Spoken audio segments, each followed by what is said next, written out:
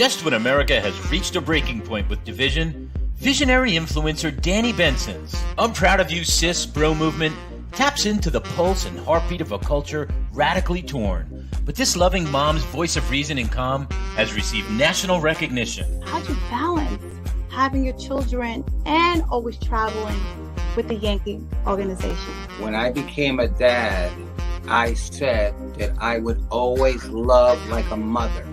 I feel like I have to try certain things or act a different way because I know some people or some kids. So join Danni Benson as she celebrates her special guests on her show and highlights their gifts and contributions to our world.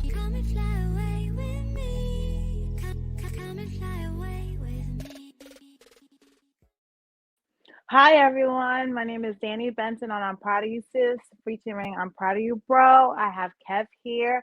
So let's just get to it. So much has happened in the last couple of weeks. So we're going to talk about Super Bowl, Jayz, Beyonce, Club Shay Shay. We're going to talk about everything and catch you up if you missed anything. So everyone, please meet Kevin. Hey, Kev. What is happening? Hey, happy post-Valentine's. I don't know if you celebrate Valentine's Day. Yes, I do. I do celebrate You Valentine's do? Day. I had a feeling. You look like the type that would celebrate Valentine's Day. And I actually gave my kids Valentine's too. You know, in the morning I did little hearts, pancakes, the balloons, chocolate candy, because I had to teach. You know, you just have teach to them how they should be treated. Yes, that's it. You're right. What about you? What about you? So I'm not the biggest fan of Valentine's Day or any other man-made Valentine's Day. I'm not even a big fan of my birthday. But I used to be a big fan of my birthday up until the last few years when the numbers started getting too high for me to, really. But you look amazing. You look amazing. Thank you so much. I'm 800 years old. So no, but when it comes to Valentine's Day, I guess gift giving isn't my love language. It isn't at all. I actually do not like receiving gifts. I prefer experiences. If you're going to give me a gift, give me an experience, not an actual physical gift.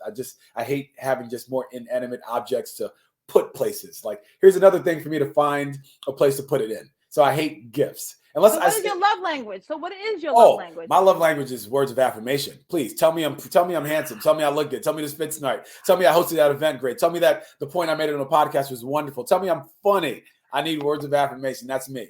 Words of affirmation. And I guess because I like experiences so much, quality time. If I'm going to do this, I'm going to do this with you.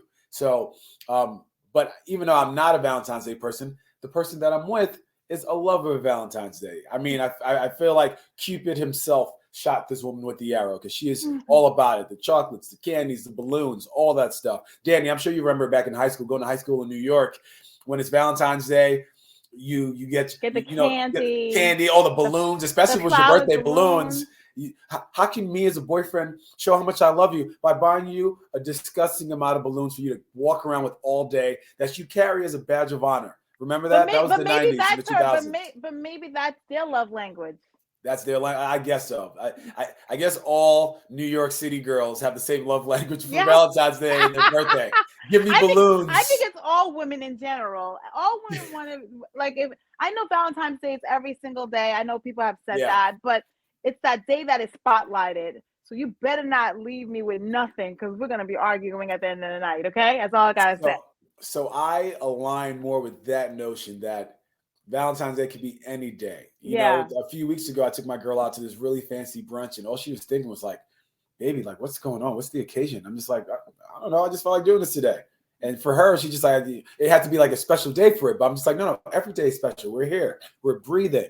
The fact that we could breathe, we could inhale and exhale. You know how many people can't do that? Or how many people right now are on their last few breaths? So this entire thing is a present, That said, since I am with a person that loves Valentine's Day, I got to get with the program.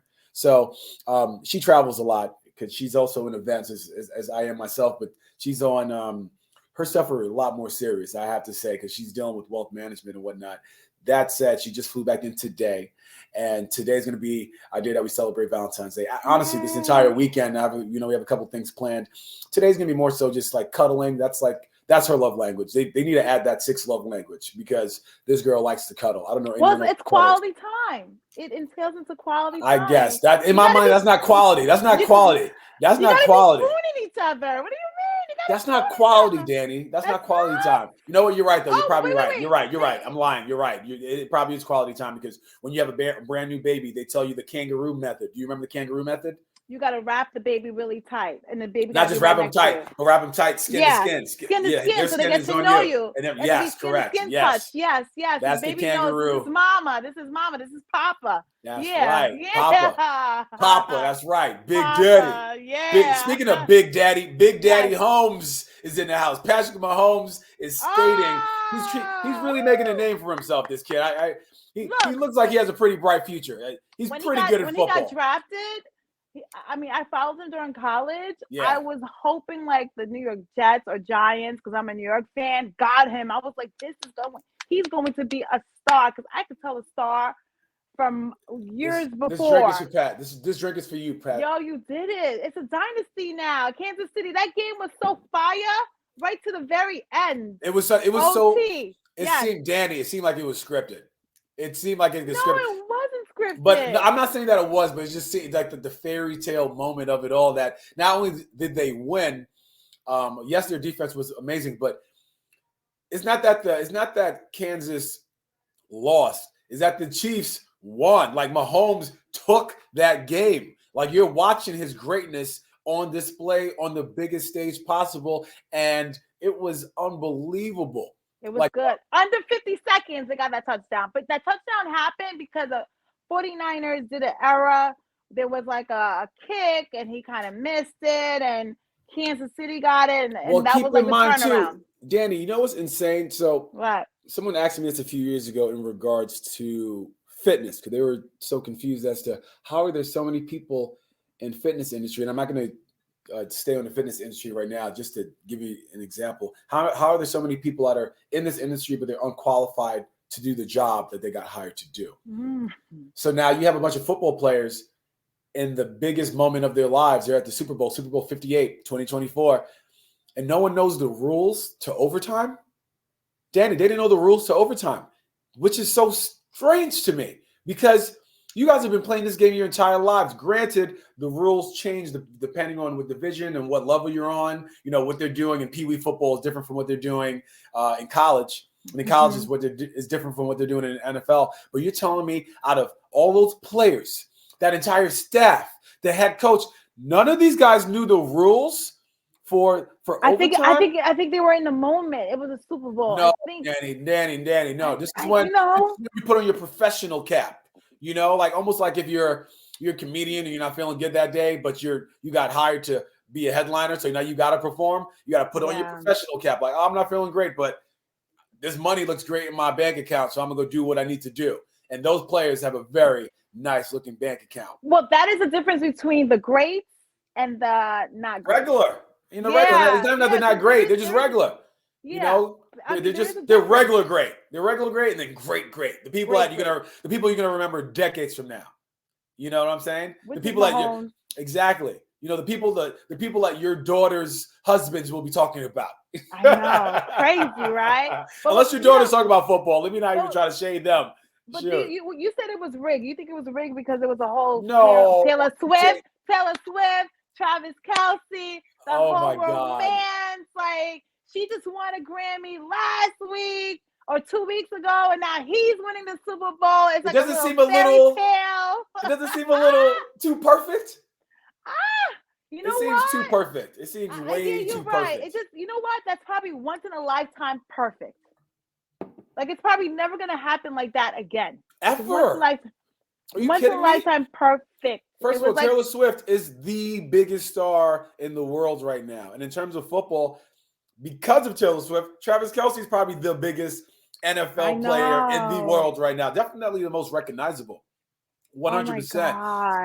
Now, that said, him being the most recognizable player, knowing that the cameras are going to be on him, what do you think was going through this man's mind when he started to yell at his coach on the sidelines? Do you remember that? That wasn't a good look for him. I think he was in the emotion. He was. He was like, keep me in, because he was letting it get to his head where he was effing up.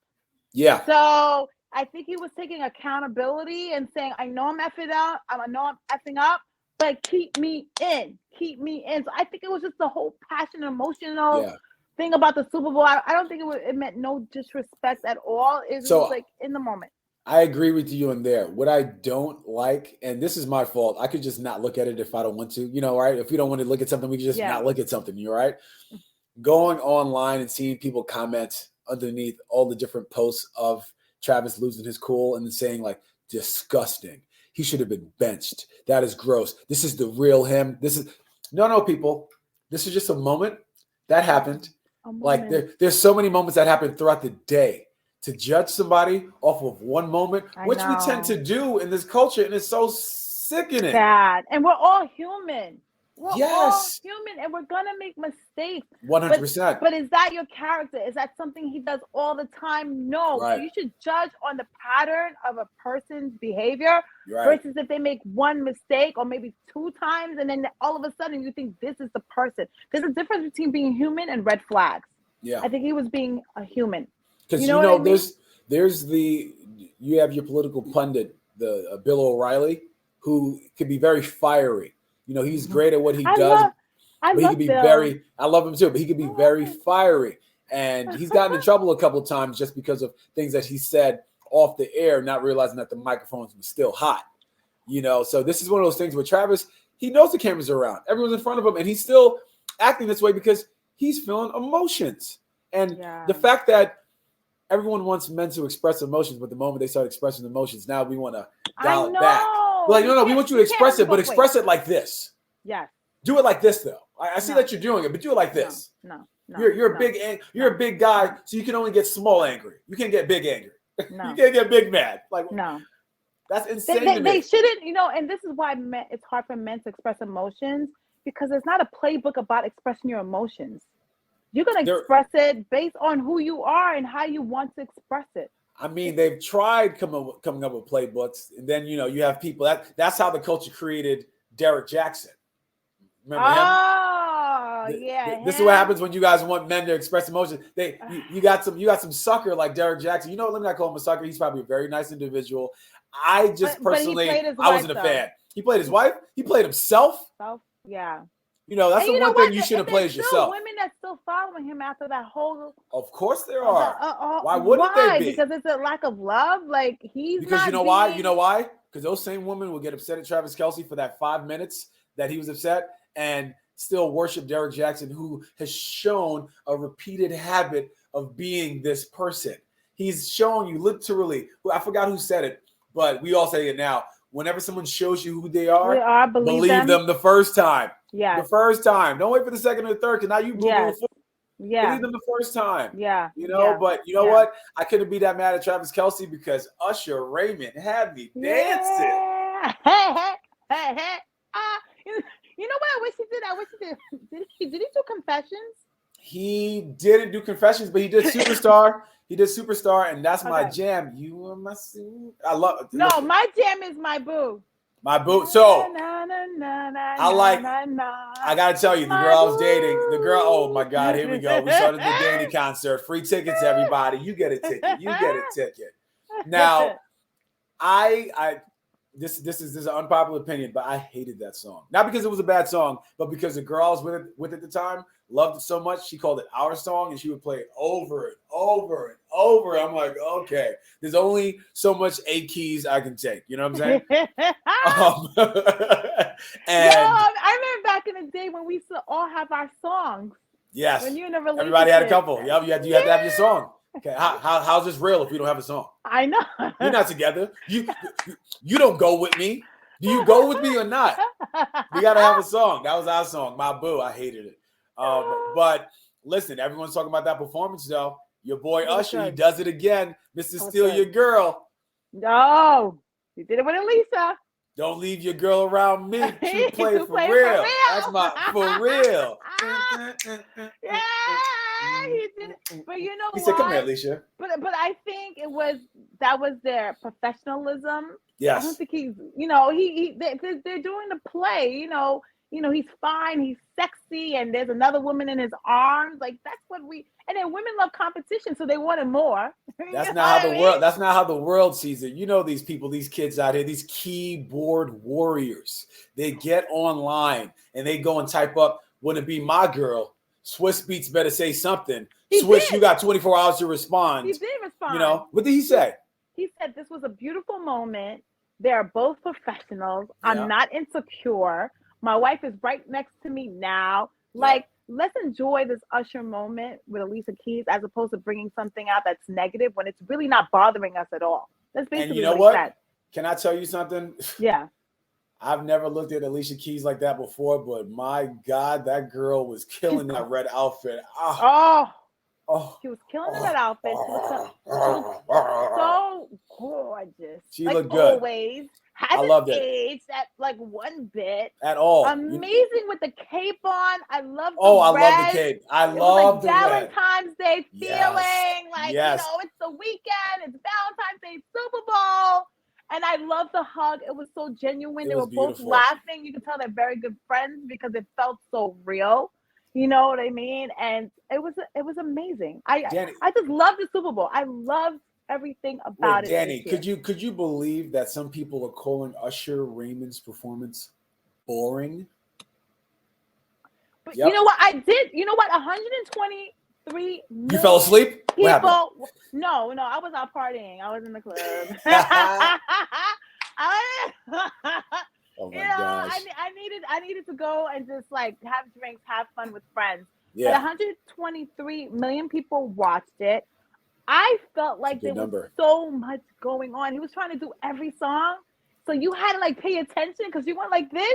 Yeah. He changed his outfit. Yes. He changed his outfit like I think 3 times. He started with the white. That white was fire. I mean, he took the coat off right away. That was just the intro. That was his James Brown moment. You know, James Brown would have somebody come and bring the cape out and take it back off or whatever. That was his James Brown moment. You know what? It's New York Fashion Week this week, and I think a lot of like fashion designers are gonna bring the cape back because the cape was kind of like fire. You know, it's like that's something they haven't really repeated, but like that cape look makes you look like a king, makes you look like a queen, like it makes you. All he was missing was his. The only thing he was missing was his crown slanted ever so slightly to the side, you know. But I love the intro. People think that the first half of it was boring, and the second half of it got better. I liked it from the beginning to the end, but I'm also I can be a prisoner of the moment. But this was my moment. This was from my time. I was born in the 80s, raised in the 90s, so I knew Usher. I know where he was at 7 o'clock. You know, I knew he was at his drop top. 7 o'clock on the dot. Drop top. They don't even have R&B like they used to. I mean, R&B It's not like that, though. It's not like that. But it's not like that because I found out that that's how men knew how to love. If they weren't taught at home, they would listen to R&B music. That's why those men was talking. They were talking. How to smooth your girl, how to get through an argument, how to make her happy. It was like in all the songs, like. That's why I miss R&B because now I think music is so rough when it comes to the male and women interaction. Oh, you mean you don't like Sexy Red? No. My pee hole is pink, my booty hole is brown. I'm trying to remember these lyrics. It sounds like it should be in a Hallmark Valentine's Day card. It sounds beautiful. I mean, it just seems like we're going backwards as a society because those things are personal things that you do in your bedroom and not talk about in music where kids are even listening to it, like asking, what is she talking about? What's a peephole? What's this? You know what they have to bring back? They have to bring back the Next formula. Now, what do I mean by Next formula? I mean Next. Remember the group, the R&B group Next? Yes. They had this song called Too Close. You were probably partying to this song. You were partying to this song for like 2 decades before you realized what they were talking about. For me, baby. Listen. No, I know what it meant. Like, you know, back in the day. Something about to poke through? Come on now. Back in the day, our generation danced and we sweated our hair. We were on the dance floor. There was no cell phones. There was no, like, oh, I got to take a selfie. We were in there on the dance floor partying. And sometimes when you would dance too close to a guy, I used to be like, oh, shoot. All right. I feel a little poke there. I feel a little poke. Let me speak for the men.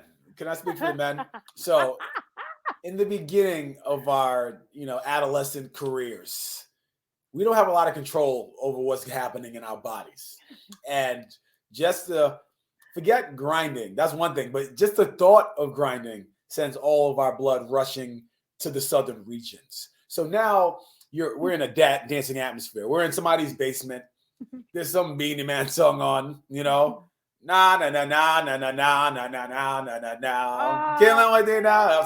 Something's on. So I was Mr. Vegas. And then this girl that you've been feeding for God knows how long says she'll dance with you. She turns around and bends over, and now you're ready looking, and you're trying to calm yourself down. Now you're doing the Greek. Now you're doing the Greek alphabet, alpha, beta, gamma. You're saying whatever you need to say. You're repeating the roster of the Yankees in your mind just to take everything away from there. But then she starts moving, and then you're moving back with her, and then y'all are in sync, and the rhythm is taking over, and now it's days.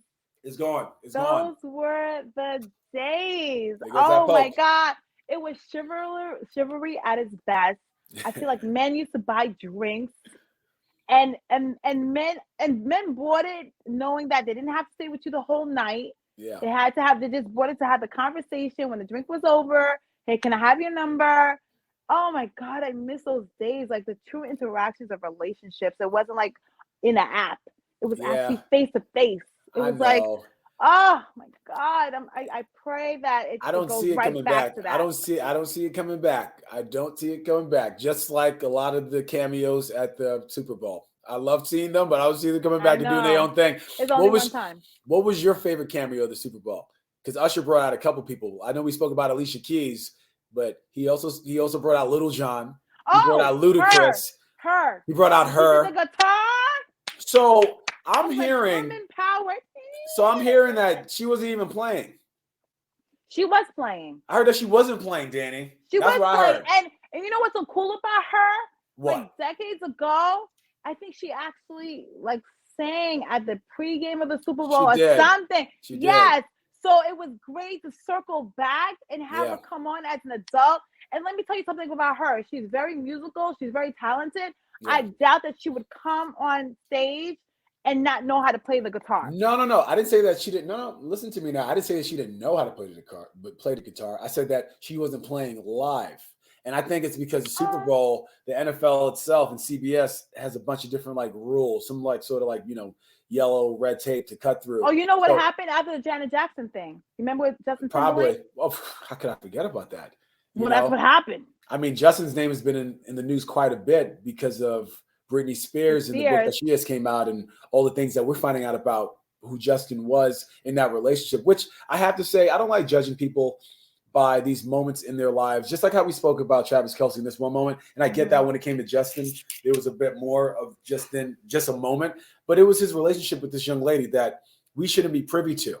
I don't want to know about his relationship with this woman. I get that she's famous, he's famous. It didn't work out. Got it. Don't care. I don't care. But there are some serious things. But you know what it is? Everyone is into selling books, selling stories, trying to make money, trying to capitalize on controversy.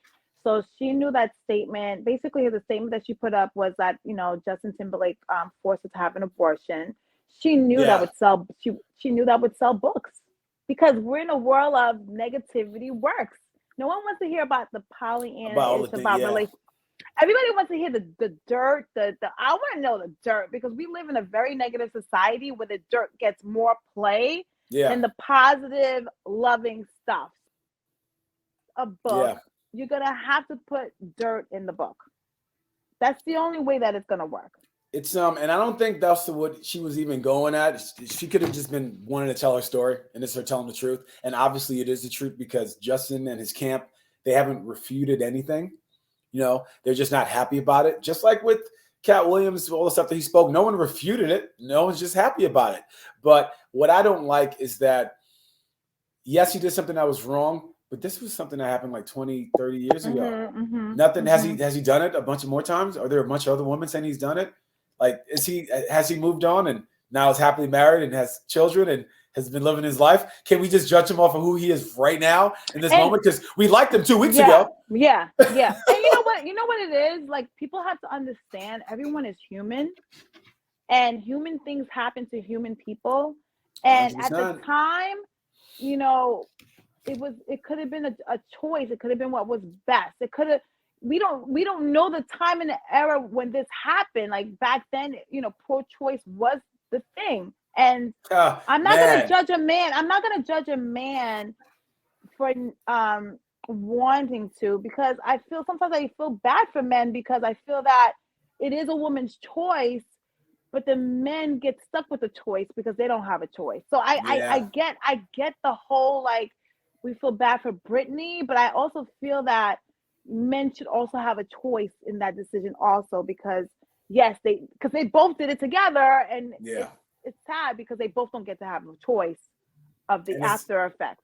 That's all I'm saying. And just to piggyback off of what you said, in that situation, for a lot of men, they don't have a choice. And then when that choice is taken away from them, granted, a lot of people say that, well, once the man puts his thing inside the woman, his choice gets taken away. And if that's the type of life you live and that's how you want to lead or even teach your children to be, now you're going to have an issue when that woman is with the man who doesn't want to keep this child. And she made a choice to keep it, but that wasn't his choice. And now she's going to struggle to raise that child because of this choice that she made, which it could have been different. And I get that, you know, sometimes things happen and you never know what you're going to do in that moment. You don't know how you're going to react to hearing your baby's heartbeat for the first time. But you also have to understand that it's not just about your kid. It's about you, the man you made it with, and the economy around you. Because this one child is going to affect the entire state of affairs of the economy around them, from the school to the lunches to the other family members. Like, it's going to affect everything. Everyone always just thinks in this one moment, like, this is for my kid, But if you're doing it just for your kid, then you're forgetting about everything else that your kid is going to need. And your kid is going to need another person raising them. So if this person is not, 10 toes down with you, you may want to rethink other options. But anyway, that said, Justin will bounce back. I mean, people are already starting to not talk about it. I mean, you know what's one thing he has that's going for him? He has money. With enough money, you can make all your problems go away. Yeah. Look at Puffy. We don't talk about him anymore. The year started off with a bang with Puffy, and now we don't hear anything about the situation. Yeah. So Justin's going to be just fine. He's going to be great. I hope he doesn't feel as slighted as Beyonce for not winning a Grammy for Best Album of all time. I know. And Jayz, I hope he doesn't feel slighted. Jayz had to say something about that because she's Did he though? One artist. Danny, did he though? Did he though?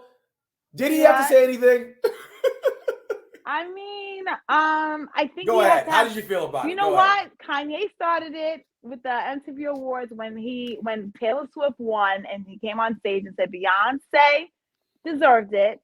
And Jay-Z and Beyonce didn't say anything, but I think they finally understood, like, yo, Kanye was right, because now she's won the most Grammys, and she still has not won Album of the Year. But it is right for him to stand up for his wife, even though I didn't like when he said young lady, because I'm like, hold up. What is going on here? This is your wife. Why aren't you calling her by her name? Why are you saying young lady? It's already bad enough that he's like 10, 15 years older than this woman, than this young lady. It's weird that he called her young lady. How many years older is Jay-Z than Beyonce anyway? Because I would say at least 12. You think 12? I feel like it's maybe 10. You think it's 10? Oh, okay. So if she's 42, you think he's 52? Well, we're going to find out right now. Oh, you're going to Google? He is. Oh, you're right. You said 12. Did you recently look this up? Because how did you get the number right on the... You know what? I just go by instinct. It's instinctually, I was like, you know how they say your first answer is always the right answer? That is. Unless you're wrong as hell. No, but you know what it is? If I'm wrong as hell, I just shut up. Because I have this thing about me that folks that be like, not sure. But when I'm right about something, I just go all in because I know it's the right answer. Listen, this is how I feel about this whole Jay-Z situation with him. Tell me. First and foremost, he was going on stage to pick up the Dr. Dre Global Impact Award. So this award was to recognize Sean Carter, aka Jay-Z, and all he's done for music with his catalog of music. Follow me now. I'm saying his. I'm talking about him because that's what the award is about. It's about Jay-Z.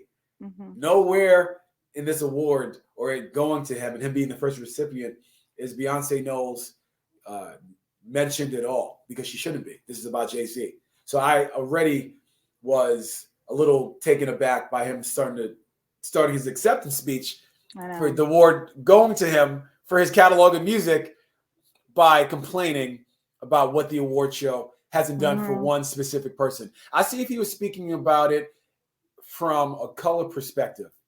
Look at all these talented Black people we have. Yet, when it comes to this very special award, so few of them have won it.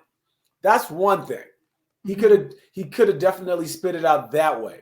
But the fact that he chose to go at it from an angle of one billionaire complaining about another billionaire and this inanimate object that he apparently doesn't even care about.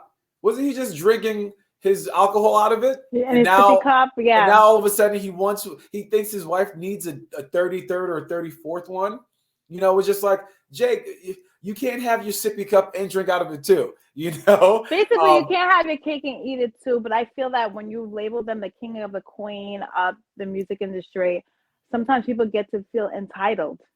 Oh, entitlement was written all over that man's face. Entitlement, like she got 34 or whatever she had, and she deserved each and every one of them. 100%. Why haven't you given her album of the year? It's like, you know, so it's like a sense of entitlement. I felt where it's like you're not happy until you have everything. But sometimes, even if you are the king or queen, you're not gonna get everything you want. I gotta tell you though, that as much as I don't like paying attention to the status quo, the general public did not like what your boy said. I screenshotted some of my favorite comments. Somebody wrote, he ruined the vibe of a good night and his wife looked embarrassed. The fact that Beyonce and Taylor Swift are friends and he'd go up there and essentially pull another Kanye is insane. So what's interesting about that comment to me is that I don't think Jay-Z was necessarily directing that towards Taylor Swift.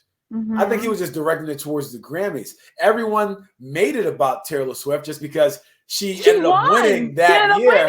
I think he knew she was gonna win. I think they know who's gonna win or not. They probably are privy to the actual winners, especially when you are at Jay-Z and Beyonce status, you know. But you want to know why? Because they left right after that speech. I heard. You told me that. Yeah, that's right. I was like, so they already knew. I don't know if she was nominated for Album of the Year, but they didn't even say. He just got his award and he just said his speech and then they just left. All of it was weird. All of it was just strange.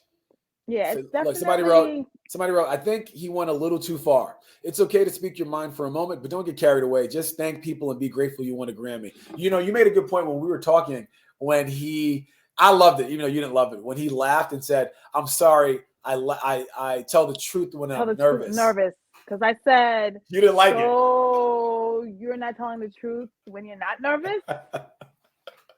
Like, so what am I supposed to believe when you're always serious and have interviews and like you're not nervous? So are you just playing the game? I mean, he could be playing the game and saying what needs to be said because he is a billionaire and you don't get there. Look at Kanye. Kanye, you know, said an anti-Semitic remark, said a couple, and he lost. He was a billionaire and lost almost everything. So I guess you got to play the game, you know. You know what? Listen, I hope this doesn't get me canceled. I mean, I'm not anyone anyway, so I can't be canceled. But as much as people may want to disagree with Kanye or not fully agree, rather with everything that he says, the last thing he said wasn't that far from the truth, seeing as what happened. He said that, you know, there's a certain type of people that runs everything. And he spoke about them. I'm not going to go in about it because I'm not going to have people out here repeating what I said or just using this clip. But the moment he said that, those same people that he spoke about took away his stuff. So it's just kind of like the powers to be was like, you're not going to talk about us out loud in public and embarrass us. So we're going to show you. Like, you're Jesus. Well, basically, they let people. They put the fear in people that you can't. I don't know if America is any longer freedom of speech because now it's like if you say something that's against the norm, I don't really think freedom of speech. Danny, nothing has changed. It's just a bit. There's a magnifying glass over it. Like there's the whole idea. Yeah, the whole idea of freedom of speech. We know it's freedom of speech within reason. Like you still can't go to the movie theater and yell out fire because, you know, if people get hurt, now you're liable for everyone that got hurt. You know, you can't yell out bomb on an airplane, as we learned in Meet the Fockers with Ben Stiller. So there's certain things you still can't do. And I I'm starting to realize one of the unwritten rules is, especially if you're in entertainment or a public figure, you best not speak out against the chosen people. You best not. Keep your mouth shut. Keep your mouth shut. You know, wait, I'm gonna leave. Well, you know what it is? It's playing the game. I know it sounds weird when I say it, but I've always known early on in life that there's things that you could say and there's things that you cannot say. And I understand. I feel like Kanye thought he was the king because he even said it. He was like, I could say that. Nothing's going to happen to me. I could say this. So he had the sense of entitlement already. Yeah. And someone they humbled him real quick and they reminded him, like, no, you can't say that. But you know why he felt like that, Danny? Because it's kind of our fault, the people. We gave Kanye so much freedom and so much love. Think about when he interrupted Taylor Swift at the Grammys. This is back in 2009. This is 15 years ago. So that means this man has been he's been just off the hinges for almost 2 decades now. So of course, eventually he's going to go off the deep end. But you know what? I don't want to say off the hinges because people do have mental health issues. Okay, and he's definitely one of them. Yeah, and I don't want to call him crazy because sometimes the crazier you are, the more creative you are. It's just a way of controlling your crazy. You know what I mean? Because artists are artists for a reason. There's something about them that is on a higher frequency than the regular normal people. That's what makes them amazing, you know, and the way they think. But sometimes they have to control the other side too. You know, they can't let it escape because they might do it too much, and then people might call you crazy. Well, it's a balance, right? It's definitely a balance. I love. Yes, that's the balance. There's an interview that Dave Chappelle did years ago. This interview's so old it looks like it's taken from like a VHS tape.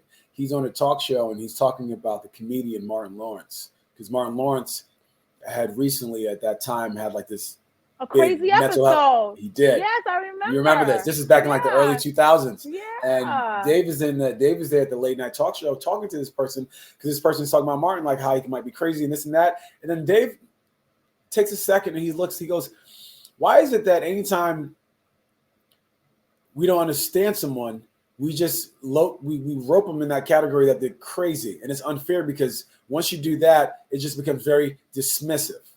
And that's what we do to these people. We kind of dismiss them, just like, oh, they're crazy. It's like the nuts. Crazy uncle. It's like, you know, you always have like a so-called they're crazy nuts. Let them go. Family member, right? Right. So at Thanksgiving, when they start doing something crazy, we're like, oh, there goes old crazy Uncle Ed. Yeah, but you know what? We should really start talking about mental health because you can't label everyone with the word crazy. I mean, when it came to Kanye West, I think we probably should have stopped him around the time he started calling himself Jesus. We should have stopped then. He thinks he's a god. Yeah, but anyway, here's one of my favorite quotes from what the public felt about Jay-Z and his wonderful little speech to his bae, Beyonce. Jay-Z was out of line. He embarrassed his wife and daughter. Keep in mind, his daughter was right there, right next to him as he accepted the Dr. Dre Impact Award, you know? Which I thought was really interesting that he brought his daughter up. I mean, we all know Blue. She went on tour with her mama for Renaissance. And we've been hearing, you know, doing her thing. I saw this one. We've been seeing her dance this the entire 2023. One of my Facebook followers said, I'm tired of watching Blue do a horrible rendition of The Robot. When does she go back to school? I was crying. Blue is like 10, 11. Yeah. Are you like 10, 11? Like, stop. Yeah, I know. Adults are just, it's tough because it's so difficult because once celebrities put their children out, it's like now they're like putting them out for offering. Now, which is why we had a discussion. We haven't seen the kids. I was talking to you. I forgot that. I forgot. The girls. So I forgot. I completely forgot. So just to let you people out there know, I completely forgot that Jay-Z and Beyonce had more children. I thought it was just Blue. I completely forgot they had twins. Rumi and Sir. Rumi and Sir. Sir and Rumi. So now when Danny and I were talking about it the other day, I was just kind of, you know what?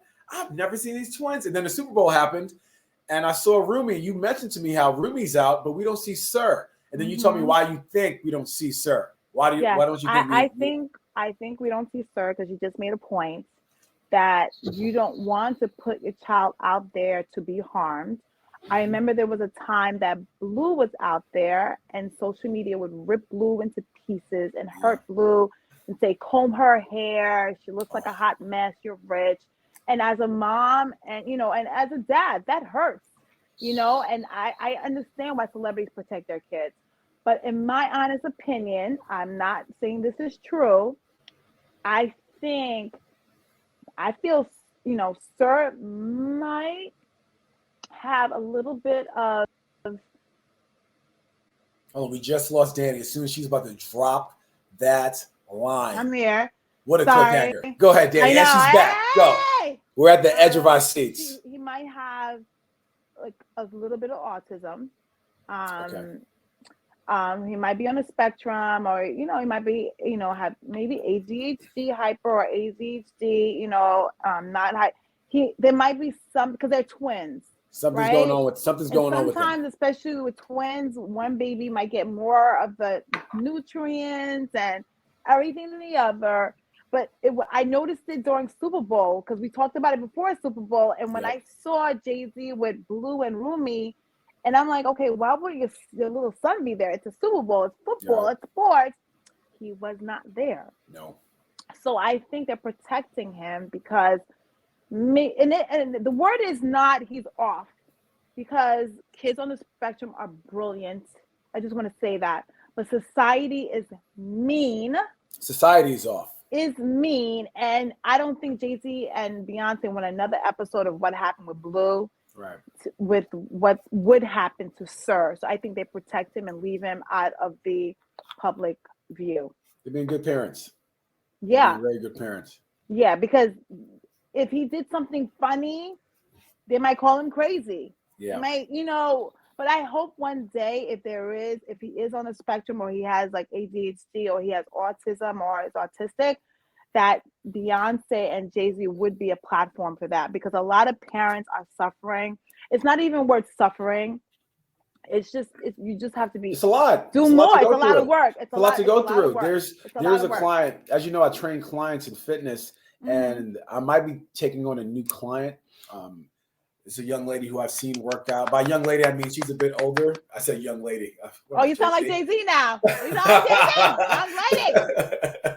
So this young lady who's damn near 50 years old, she's been working with this trainer, and I see them all the time because I'm in there training people as they're training. And she's thinking about switching up. She asked my client for my number to contact me, and my client told me a little bit about her, about how her life is a bit stressful. I was like, what do you mean? Like, what's in her life that's stressful? I'm sure I'll talk with her more, but if you can let me know some things beforehand, that'll be great.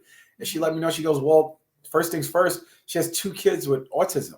So having one is hard enough, but having 2, a lot of your life is you're pouring into them because no one else is going to be there for them. You know, there's a young lady in my family that unfortunately is on the spectrum. Her case is a bit different than the average case. In her situation, my family member, this is back when I must have been like 2-3 years old. So I found out this story when I was around like 15 or so. But when my very good family member was pregnant, the doctors didn't know she was pregnant. They thought she had a tumor. Danni, they gave her tumor medication to kill the tumor. Turns out did she my little cousin. For malpractice? She did. She not only did she sue, it inspired her. She's a doctor now. Wow. But that said, her daughter needs around the clock care. Her daughter is now, my little cousin's 32 years old, and she's in a home. You know, she's in a home. Luckily, we do have, my mom actually works. My mom got a job specifically at that home just so she could have family. The people at work there don't know that my mom is related to it. Good. Good, because you know, she has an angel. She has your mom. Yeah, but you know, you know, when it comes to those situations, those homes, they don't treat those patients well. bad. They don't treat them the best. My dad wanted out of the nursing home. My dad was like, "Get me out of here." And I'm not gonna say every nursing home is hard. I just think it's hard being away from home and I think family. And you think you're going to a nursing home, you're gonna get like care like every second of the day, and it doesn't work like that because they have other patients to attend to. So it gets kind of hard for someone who is in a nursing home or is in a rehabilitation place, or like you said, is that your niece? It's my cousin, my Oh, little cousin. And she's been like that my entire life. You know, she's never been because like you know there. why those tumor? Because you know when you're pregnant, you're not supposed to take any meds. Of course. So I don't know how the doctor made that. How they missed that? I mean, this was the late '80s, so it's not like it was a long time ago, but it wasn't the 1900s. Things were different back then. Things were very different. But you know, one thing I've noticed in entertainment, and I'm noticing it with not only new talent, but it seems like it's happening with old talent. People aren't speaking up for themselves in terms of getting what's due to them, and they're waiting for years later to claim everything back and hope that the world will be on their side. The reason why I bring that up now is because of this recent interview I watched with comedian, Oscar-winning actress Monique. She was on Club Shay Shay. You know what? You know how much we love Club Shay Shay. Yeah. She was on there, and I don't know what's going on at Club Shay Shay. Shout out to Shannon Sharp. Let me tell you, Danny, comedians are going out there and spilling their guts to this man. I don't know if it's the muscles or the liquor he's giving them, but everybody's feeling very just truthful on Club Shay Shay. It's got to be the liquor, right? It's got to be the liquor. Babies tell the truth, and drunk people tell the truth. What's interesting about Shannon Sharp's podcast, Club Shay Shay, is that they released 3 episodes so far in 2024 as of today, February 15th. The first one, as we all know, is Cat Williams, which is huge. I mean, that one went viral, blew that it up. Broke the internet. That broke the internet. Got people talking about Steve Harvey. Got people talking about The Business, Cedric the Entertainer, Ricky Smiley, Mike Epps. And then afterwards, he had Usher on. I don't know if you know this, but Usher was on. But Usher is not controversial. There's no competition going with Usher. And then on top of that, Usher's been in the business. Usher's part of it. You know, like it's like Usher's part of it. Usher how to play the game. He's media trained. So he's not gonna say anything crazy on Club Shay Shay. So then the third interview was Monique's interview. Really? That was the third? That's the third. No, because it was wow. I'm telling you, Cat Williams, Usher, wow, Monique. And now, again, you probably didn't even know about the Usher one. So you knew about Cat Williams, obviously. You knew about Monique. It looks like he found his sweet spot. You know, finding these popular public figures that made it, but are still on the outskirts of Hollywood.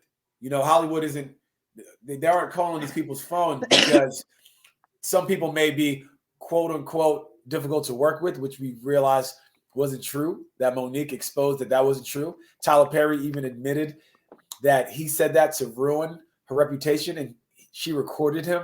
She has audio of him saying this out loud, which is just like, oh, come on, Tyler. I'm a Tyler Perry fan. I grew up watching a lot of his stuff, but she had a lot of bad things to say about Tyler, how Tyler's never apologized for anything he's done. I mean, because she was blacklisted. Like, these things are real. People always think like, well, but you have to be careful. But you got to play the game. You got to play the game. So, but Danny, is that fair though? Even though I agree with you. We play the game in real life. Is that fair? You're right. You do it with your relationship. You do it with your kids. With every relationship you have, business. You do it at work. Physical. Yes. Yes. You do it with clients. Like, I'm not saying it's lying, but you know, there's some things that it's better left unsaid.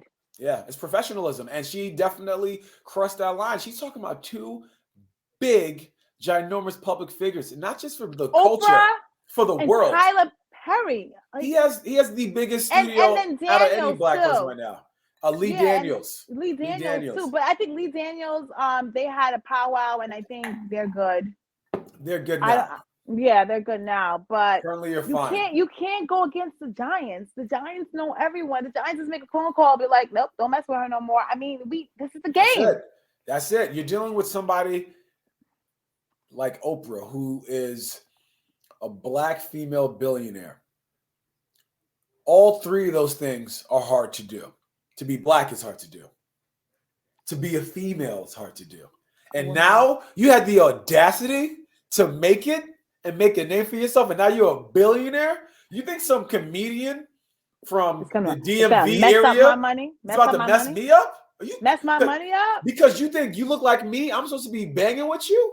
Because we both fat, black, older women? Get out of here, girl. But wait a minute. But Taraji, You always call her Taraji. This ain't the Taj Mahal. Taraji P. Henson. Taraji. You better put some respect on baby boys. But why was she allowed to say something? Right next to Oprah. So can I say this? And everyone had her back. Danny, can I say this? And Monique said it too. It's always about the messenger, never about the message. It's always going to be about the messenger. If that message, let's say Ike Turner, who famously domestically abused the famous, rest in peace, Tina Turner. Mm-hmm. Let's say now this is 20 years removed. He's no longer with her. We all know that he's not with her. Both of these people are now, they're both deceased as I speak. But let's say he was alive and he decides to go and speak out on a campaign about domestic abuse and why you shouldn't do it. Why am I going to listen to this man, Ike Turner, who famously beat this famous woman over and over again? And now you're going to tell me about domestic abuse? It's the same way I was confused at Think Like a Man and how everyone just ate this book up from Steve Harvey. Now, I'm not putting Steve Harvey down. I'm not even putting him down right now. I've always been a Steve Harvey fan. I grew up on the Steve Harvey show. I have that book, by the way. I have it. You do? So, and I'm sure it was great. I'm sure he has great advice, but why would I listen to a man who's been divorced a number of times about being not divorced? I guess he wasn't following what he was doing. Like, why am I going to listen to this man? But here we go again. That's being human. So is the messenger. So is the messenger. People like Taraji. Let's be real. People like Taraji. Yeah, they Black people love Taraji. White people like Taraji. They think she's cool, but black people love. They put a statue of Taraji P. Henson up right now if they could. They love Taraji. After that, Baby Boy solidified Taraji's status amongst black people, period. Just like how The Bodyguard solidified Kevin Costner's status with black women. Whitney Houston. No, Whitney Houston was already Whitney Houston. And don't get me wrong, Kevin Costner was already Kevin Costner, but once he did Bodyguard, when it came to black women, they were just like, oh, that's the white boy I want. Him, right there. Right there. One, he's a good-looking man already, but two, I mean, he's here literally saving Whitney Houston, which was like everyone's favorite singer at the time. So yeah, that's solidified Kevin Costner. Too. That's oh, really? Brad Pitt too. And George Clooney. What did you have a specific movie that turned it for you, for those guys and you? Brad Pitt and George Clooney. Is there anyone? I think it was Ocean 12. Oh, Ocean 12? Ocean 12. I mean, that was great. That was just a fun. That was a fun movie, but they seemed so cool. Like, super swaggy. Yeah. Super swaggy, cool. They weren't corny. They had a swag about them. Just a swag. It's dope. You know what I mean? But dial it back. Bring it back to Monique. Bring it back to Monique. And so it's back to the messenger. The messenger. So I get that Taraji P. Henson spoke out against the film she did with Oprah, The Color Purple. I guess she wasn't accommodated properly, and she decided to speak out against it, which was great. I wasn't a fan of it. I don't like when people speak out about it, but I get that you have to. You have to speak out about it because then it's not going to get discussed. They asked Vivica A. Fox about it, and she shared her 2 cents, and she said, I don't have a problem here. She didn't have that problem because you know what Vivica A. Fox did that a lot of other actors and actresses do in Hollywood? After a while, they're not just actors. They learn how to direct, how to produce. They're doing other things. Like, girl, we ain't trying to just act. Yeah. Start writing. Get your own projects. It's called multiple streams of income. Yes, get your own projects. Monique, you know what Monique said? Monique said, if I was white, he's talking to Shannon Sharp, if I was white, what would they call me? And Shannon being himself, he just responded, he goes, wealthy? And she goes, no, Melissa McCarthy. The actress, the comedic actress. She's done a number of movies. One of my favorites has to be when she did Tammy. A lot of people know her from Bridesmaids with Kirsten Wiig from SNL, which was phenomenal. But now, this is why I didn't like when Monique brought up Melissa McCarthy. One, why is Melissa McCarthy catching a stray right now? Monique compared her saying that we both had sitcoms. They both went 5 years. We both did this, but here I am doing this and she's doing that. But you're leaving out a very important part, Monique. Melissa McCarthy created her own projects. She didn't wait for somebody to come and say, hey, I got this part for you. She created her own things. And now Not only did she create her own things, which is giving her work, is giving her people work. And one of her people is her husband, who's also a comedic actor. And if you watch any Melissa McCarthy movie, any one of them, pick one, go watch it. Her husband is in it. Her husband is in every single movie that she does because she's putting her people on. Very similar to an Adam Sandler with his production company, Happy Madison. He came out with a number of movies underneath Happy Madison. Big Daddy. But let me ask you a question, though. Do you think they just have more opportunities? Because they're white and they get it? So that's a whole other thing. You know, that's when it goes back to like the beginning and not just them as professionals in their 30s trying to make it. It's about the 30 years that happened before that. Right? Yeah. The people that you've accumulated around you before that, right? Those are your resources. So even though I'm saying, hey, Melissa McCarthy funded her own thing, where did she get the money to fund her own thing? Investors. She was around the right people. But to your point, Danny, that's why it's so important to play the game. If you know you have to work harder than this person, that means you got to play that game better than that person. So once you realize that, because Monique was talking about the Parkers, and I get that she was just given the wrong information. And at that time in the 90s, the internet isn't just around where you can just look things up. You can't even look things up right now because you have to know what you're looking for. You have to know what you're looking for, yeah. So she was just unaware that with her being on the Parkers, for people who haven't watched the interview, for those of you who have, you know what I'm about to say, but she worked on the Parkers, and this show was a pretty big success. And with any sitcom or TV show, what you want to get to is one specific word. And Monique brought it up a bunch of times. Syndication. Once you're in syndication, because you get the revenue. You get the revenue. Not only do you get the one, yes, you're getting the revenue, but it's what you're getting, what you're getting revenue on. Once you're in syndication, is now you're not just getting played in one market, meaning you're not getting played in one city. You're getting played in all the big cities at these different times, and you're getting money off of each of these different places that it's being filmed in. So now with Monique, and I noticed this when I was at the Wendy Williams show, because they would have Wendy Williams do this all the time. For those of you who don't know, can't remember, I used to warm up that talk show back when season 1 and season 2, when it first came to fruition. They would have Wendy shoot promos where the audience is still there. Everyone's quiet, and she's there, and she's talking to the camera. Hey, Chicago, see you at 10 a.m. Oh, do these things. So they have Monique. I'm listening to Monique, and I'm here wondering, like, how does she not know to do this? How does she not know to do this? And but there is a thing. We'll talk about it on the next segment. There is a thing called gatekeeping. No. There is, but let me break down where Monique messed up, because. So where did she mess up? Once she brought up that she didn't know that they were in syndication, but then she said she knew they were in syndication. She brought up she was unaware that they were being played in syndication, but then she also brought up how they had a recording these promos where she's saying, things like, hey, Orlando, catch me at this time. It's just kind of like, you don't know you're being played across the country, but you're doing promos for all these cities across the country? I didn't understand that point. So maybe Monique has to start taking accountability, but everyone, we will be right back to do the next segment of I'm Proud of You Sis, featuring I'm Proud of You Bro. Yay to Kev. Yay. Let's go. I'm waiting for Bobby. All right.